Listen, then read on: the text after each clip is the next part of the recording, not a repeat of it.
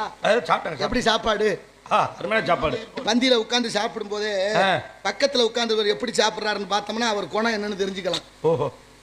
இலை எவ்வளவு சுத்தமா இருக்கு, எவ்வளவு ஒழுங்கா சாப்பிடுறாரு, அது ஒழுங்கா இருக்கான்னு பார்த்தோம்னா அவன் பழக்க வழக்கம் என்னன்னு கண்டுபிடிச்சு. உணவு தான் மனிதனுடைய உணர்வை தீர்மானிக்குது.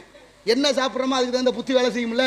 மாம்பழம் அதிகமா சாப்பிட்டோம்னா வயிற்று போக்கு உண்டாகும், நெய்யை அதிகமா சாப்பிட்டோம்னா அசீரணம் உண்டாகும், எருமப்பாலையை அதிகமா குடிச்சோம்னா மந்த உண்டாகும். எருமப்பாலையை குடிச்சிட்டு நம்ம வீட்டு பிள்ளைகள் என்ன பண்ணுது, எப்ப எனக்கு என்னன்னு பாப்பமா அப்படிங்கிற மாதிரியே தெரியுது. ஏன்னா உள்ள போனது அப்படித்தானே. அதை விட இந்த சாராயங்கிற மதுபானம் இருக்க அதை குடிச்சுட்டா நம்ம சொல்றதை கேட்கறதே இல்லை. மூளையை அவர் கட்டுப்பாட்டில் இல்லையா, அப்புறம் எப்படி கேட்பாரு? நினைச்சு பார்த்தீங்களா?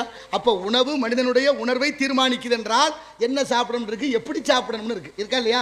ஒரு உணவுக்கு இன்னொரு உணவு இடைவேளை 5 மணி நேரம் தேவைப்படுது. பால், தயிர், மோர், கீரை இதெல்லாம் இரவு நேரம் சாப்பிடக்கூடாது. செரிமானம் ஆகிறதுக்கு 9 மணி நேரம் ஆகும்.